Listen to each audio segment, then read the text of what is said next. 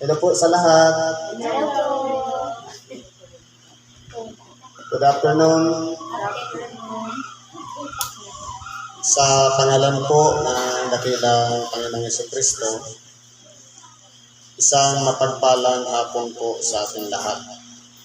Siguro po, kung uunawain natin ang kalagayan natin, para lang hindi makaidlip, lilipat ka ng pwesto. Kasi kung lagi ka nasa isang kalagayan, aantukin ka.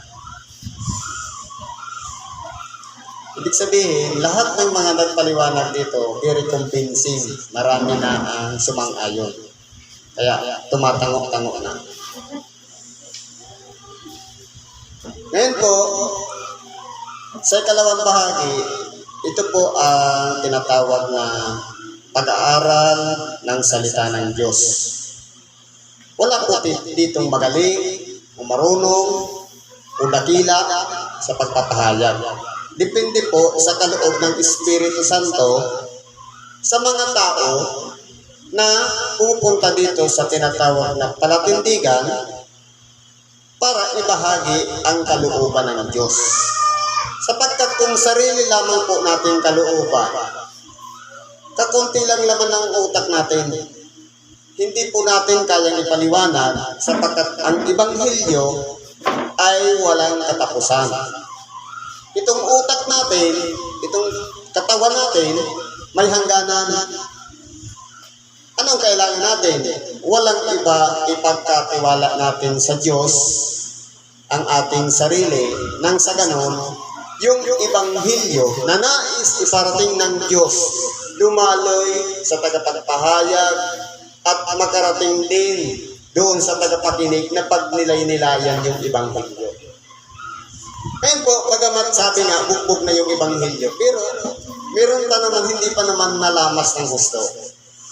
Sabi dito sa unang aralin, sa unang sulat ni Apostol Pablo sa mga taga-Korinto, sa Kapitulo 12, versikulo 1 hanggang 11. Basahin ko pong muli. Ngunit, tungkol sa mga kaloob na ayon sa Espiritu, mga kapatid, ay hindi ko ibig na hindi kayo makaalam. Ngayon po, meron pong tinatawag na Espiritu. Meron namang kaloob. Ibig sabihin, yung isang Espiritu na babahagi siya sa kaloob, depende po sa kakayahan ng bawat isa sa atin. Halimbawa, ang kalagayan kasi ng iglesia, meron siyang ulo at tayo yung mga katawan o bahagi ng katawan.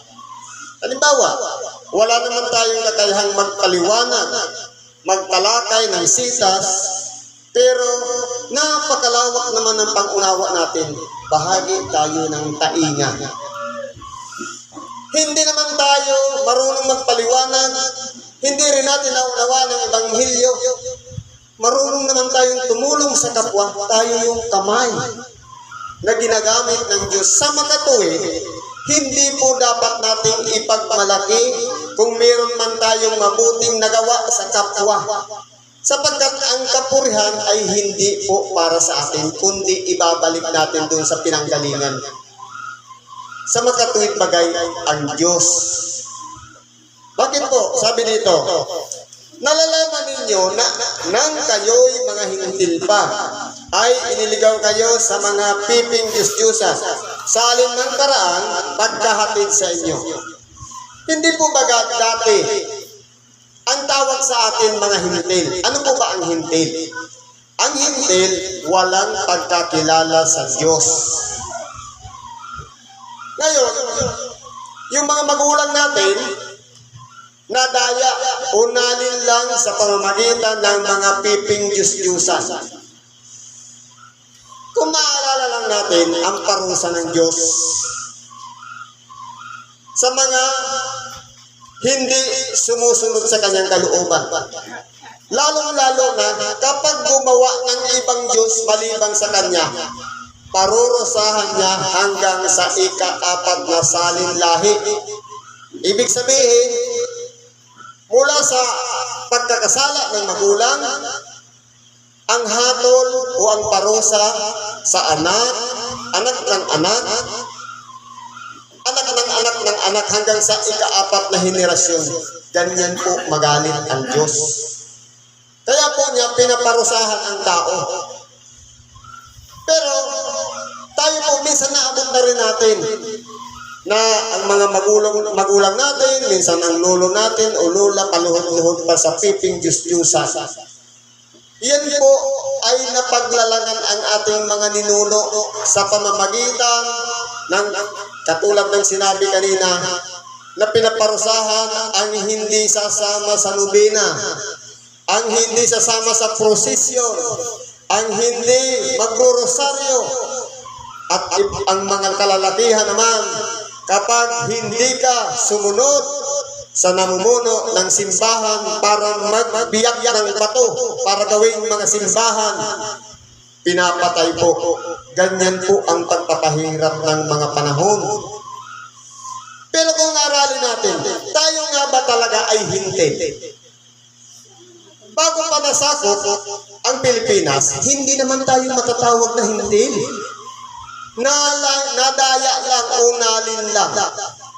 Dahil kung pag-aralan po natin nung panahon ni Quezon, yung Pangulong Quezon, napakaraming mga Hudyo ang napunta dito sa Pilipinas sa kinupot sa panahon ng gera. Unang gera, yung digmaang pandaigdig, at ganun din yung pangalawang digmaang pandaigdig. At nung naghanap si Solomon ng mga ginto para yung kanyang ginawang templo ay mabuo, mapuno ng ginto, saan siya kumuha? Sa Upir, sa Makatuwid Bagay, sa malayong lupain, sa pamamagitan ni Hiram na tumulong sa kanya para maghanap ng mga album at ginto sa Makatuwid Bagay, Nara, at mga ginto, walang iba. Dito po yan galing sa lugar natin. Kaya nga po pinag-aagawan ng lugar natin.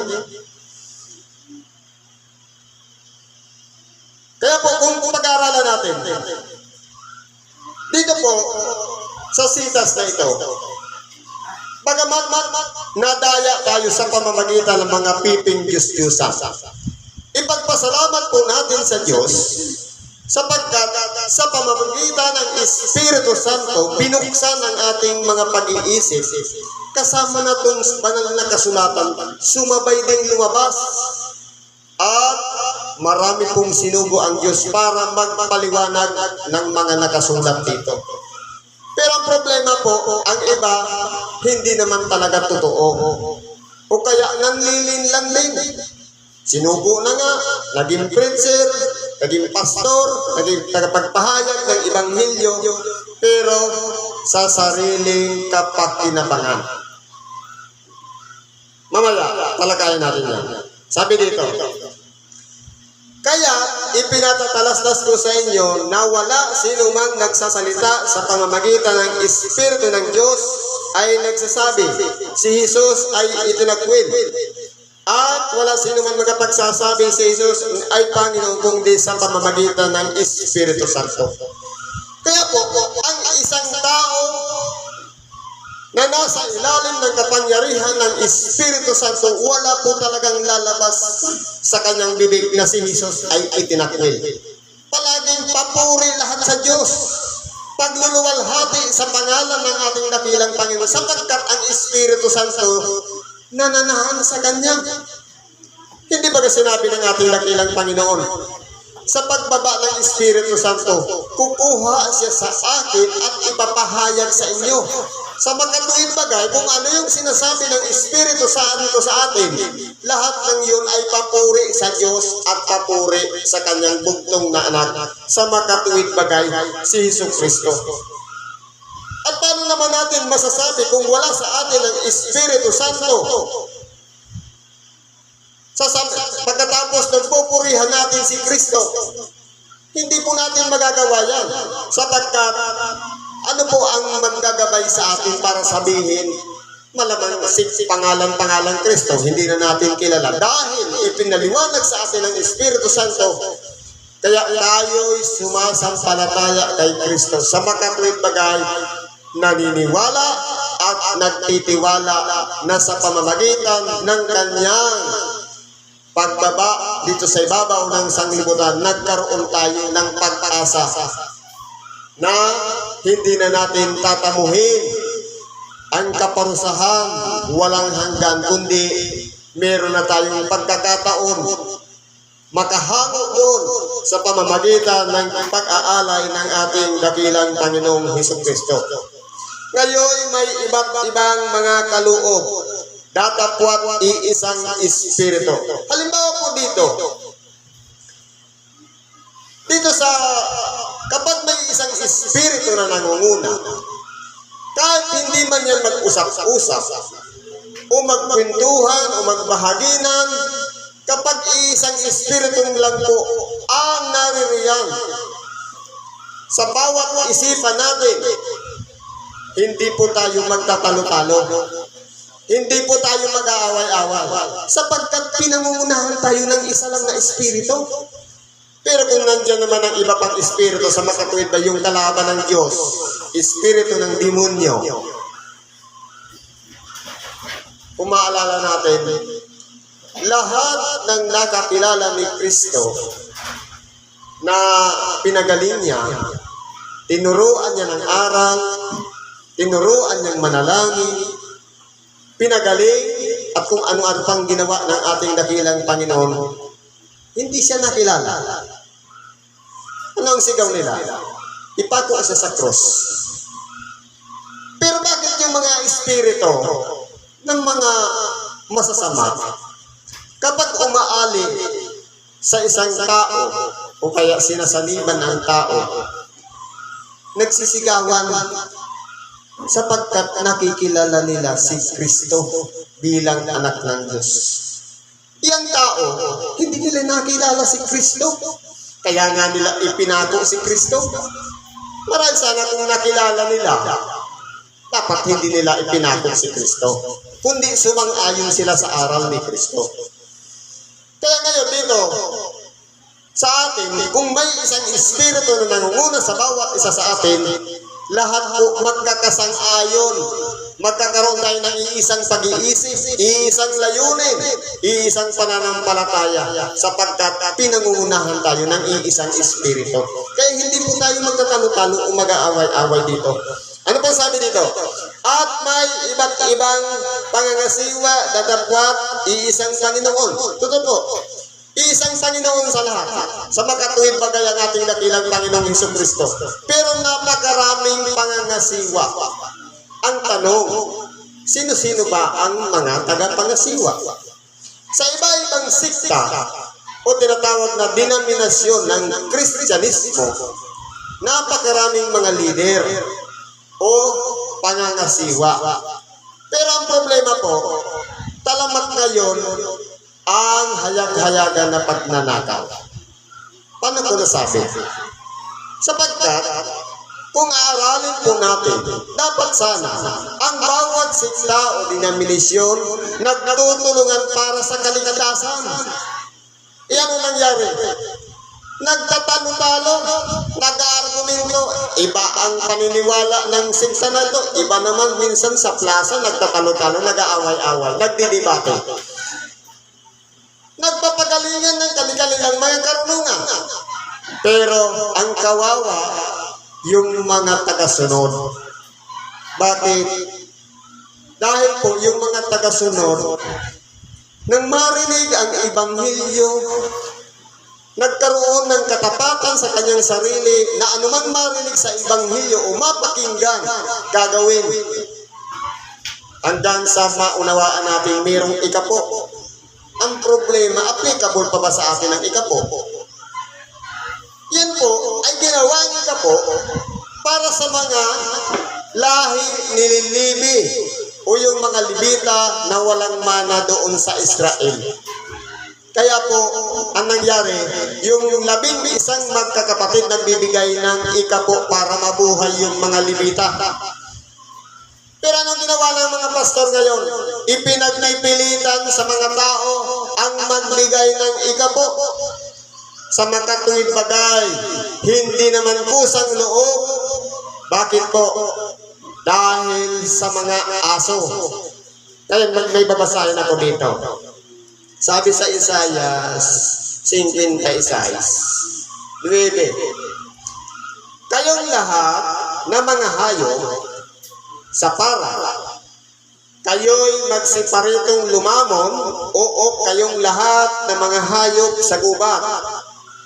Ang kanyang mga bantay ay mga bulag. Silang lahat ay walang kaalaman. Silang lahat ay mga piping aso.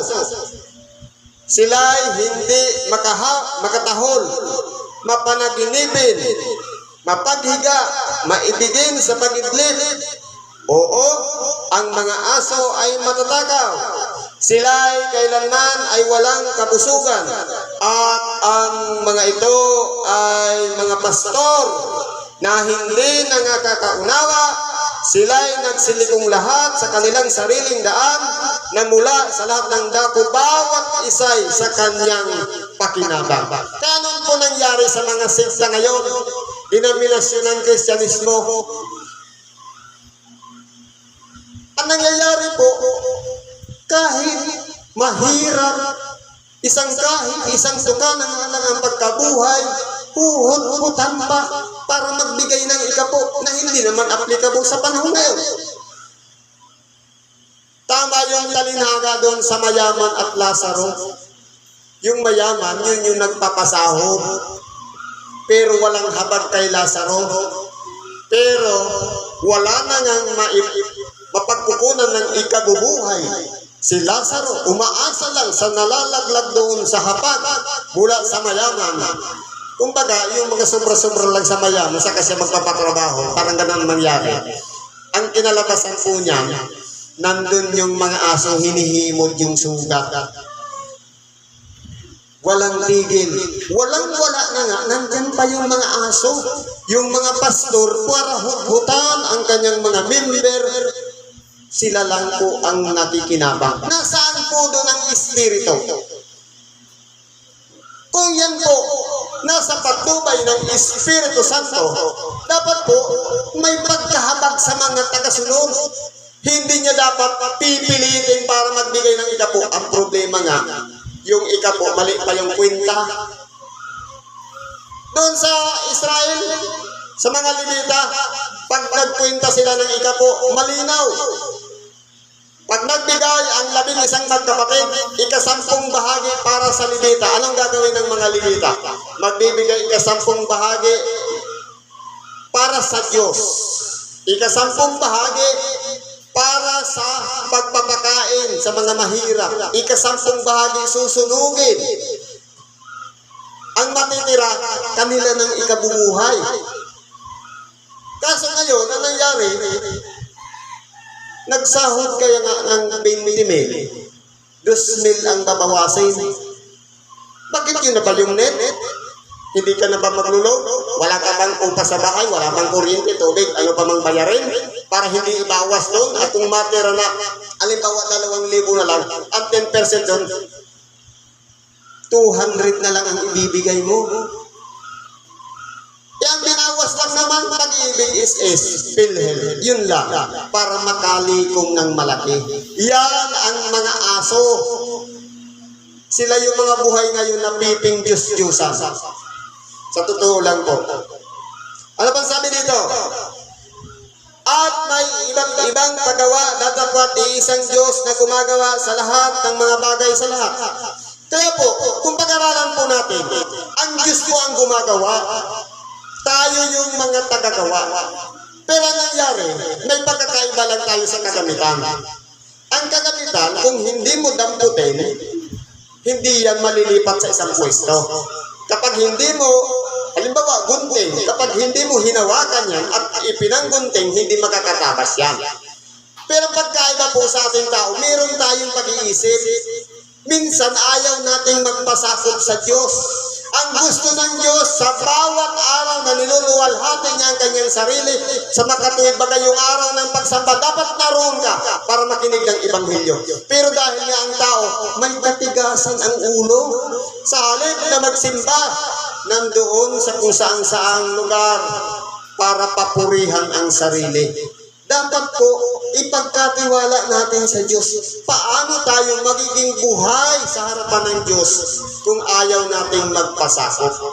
Hindi ibig sabihin na, sabi kanina, tuwing mahal na araw lang tayo magsisisi, tuwing mahal na araw lang tayo susunod. Dapat araw-araw, oras-oras, linggo-linggo, sa bawat hininga ng ating buhay, palagi tayong nakatingala sa Kanya. Diyos ko, ikaw po ang manguna sa atin. Kapag yan po ang ginagawa natin, sabi nga, hanapin muna ninyo ang Kanyang kaharian at ang Kanyang katwiran, at ang lahat ng bagay ay pawang idaragdag sa iyo. Kaya kung meron kang masakit ang ulo mo, kapag nakita mo, nahanap mo ang pagharian tayo ng Diyos, tubig lang ang katapat niyan, manalangin lang tayo, gagaling na. Dahil po, ang katawan natin, binuo ng Diyos, may sarili siyang doktor sa loob. Sa makatuwid bagay, yung immune system natin. Hindi natin kailangan ng chemical na gamot. Ang kailangan lang natin pakainin, ibigay lahat ng mga sustansya ng pangangailangan ng ating katawan. Lahat ng yang susunod na, lalong-lalo na kung naririyan si Kristo sa kaloob-looban natin. Madali pong gumaling sapagkat meron tayong pananalig sa Kanya.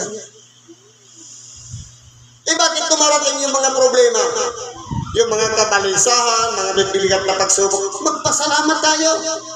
Bakit? Kung si Kristo nga hindi tinantanan ng demonyo, kapag hindi tayo tinantanan ng demonyo, nandiyan si Kristo sa loob.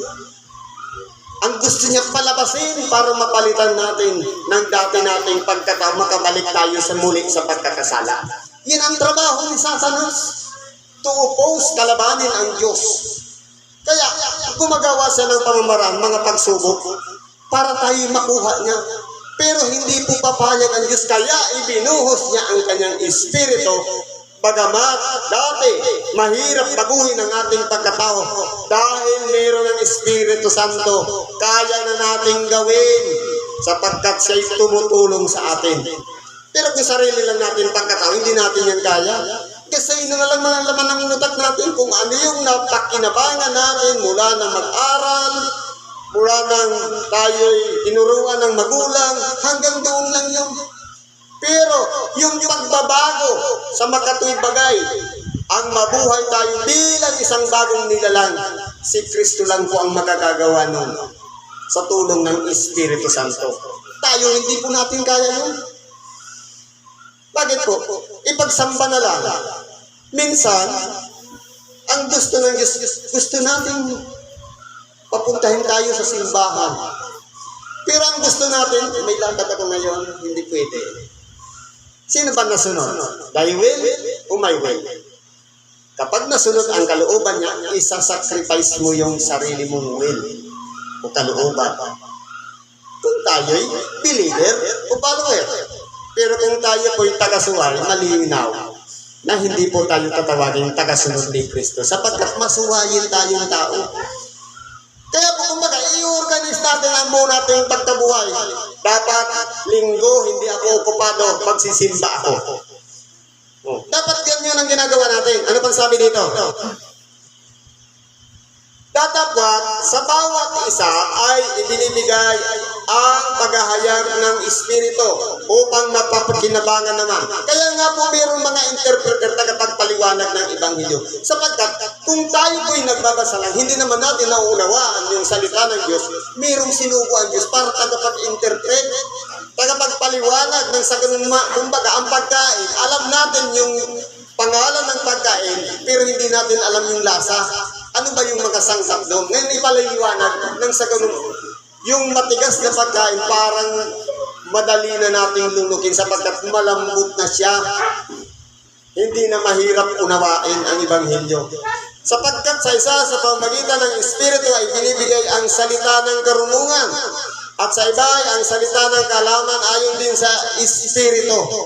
Kaya po, itinuturuan tayo, bigyan kung anuman ang kakulangan na kaalaman natin, dadagdagan niya ng Espiritu Santo. Kaya po, kung walang laman ang utak natin, ano ang ibabahagi natin sa ating kapwa? Hindi naman pwedeng dumalo lang ito. Kailangan kukuha din sa alaman ng utak natin para ibahagi natin sa kapwa. Yan po ang gawain ng Espiritu Santo. Kaya kung hindi tayo palabasa, ano ang maisishare natin sa ating mga anak? Ano ang maituturo natin sa ating pang-uwi sa tahanan? Wala. Sapagkat blanco ang utak. Pero kung nagbabasa tayo ng banal na kasulatan, pinagninilay-nilayan natin ang lahat ng binabasa natin at hinihiling pa natin ang patnubay ng Espiritu Santo, madali pong ipaliwanag. Yun po yung tinatawag na unawa o kaya kaalaman at karunungan. Ano pang sabi dito?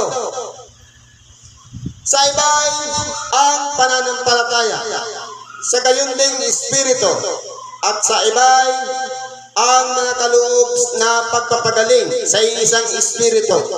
Halimbawa, dito po sa atin, ang iba, minsan, wala naman siyang kakayahan magpaliwanag ng Ebanghelyo.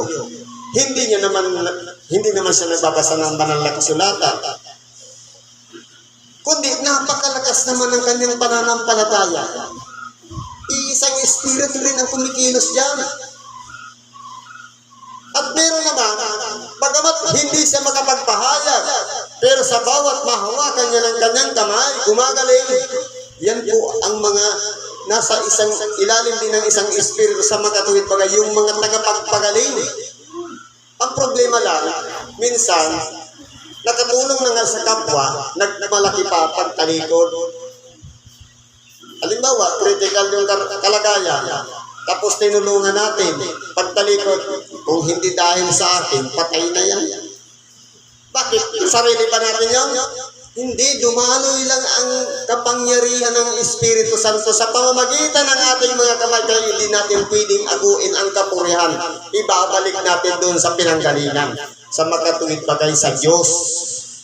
Ano pang sabi dito?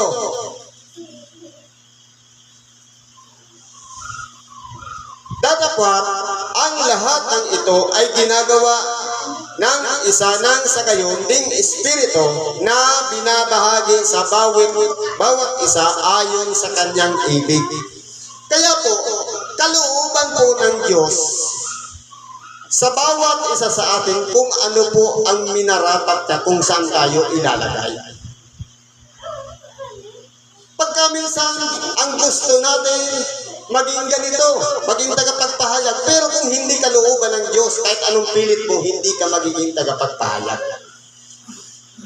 Kahit gusto mong maging tagapagpagaling, kung hindi rin kalooban ng Diyos, hindi rin ibibigay yan. Thy will be done. Para pag nanalangin tayo ng Ama namin, gawin nawa ang iyong kalooban kung paanong sa langit, gayon din sa lupa. Iyon yung kalooban mo eh. Diyan ka lang.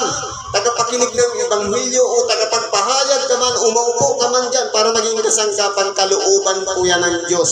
Kaya mapalad yung mga tao na hinira ng Espiritu Santo. Bagamat ayaw ng kanyang kalooban, pero kalooban ng Diyos para ilagay ka dyan. Kaya ang tanong, bakit parang madali na lang ang paggawa, bagamat hinirang, hindi ko naman inibig o ginusto na maging ganyan. Dahil siya po ang nagpupuno ng kakulangan ng ating mga kaalaman. Kaya parang magaan na lang ang trabaho dahil parang ginagawa natin yan, kasama siya. Hindi niya tayo pinababayaan. Sa oras ng pananalangin, halimbawa, yun na lang ang kakayahan natin, manalangin. Ipanalangin natin yung mga leader na sana kapag nalilihis ng landas, nanaway ituwid para yung grupo maging ayos ang pamamalakad. Malaki na pong magagawa nun. Iisang Espiritu pa rin ang kumikilos dyan.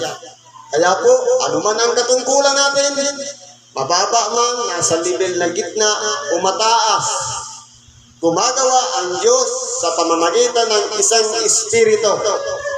Kaya po, nagdadamayan tayo, nagtutulungan, at sabi nga, magdalahan ng pasanin sa isa't isa. Kapag ang isa ay nagkakaroon ng problema, pwede mo naman ibahagi sa isa, i-share mo, ikwento mo. Nang sa ganon, mapakinggan ng isa, ganito brad ang gawin mo. Ganito sis ang gawin mo.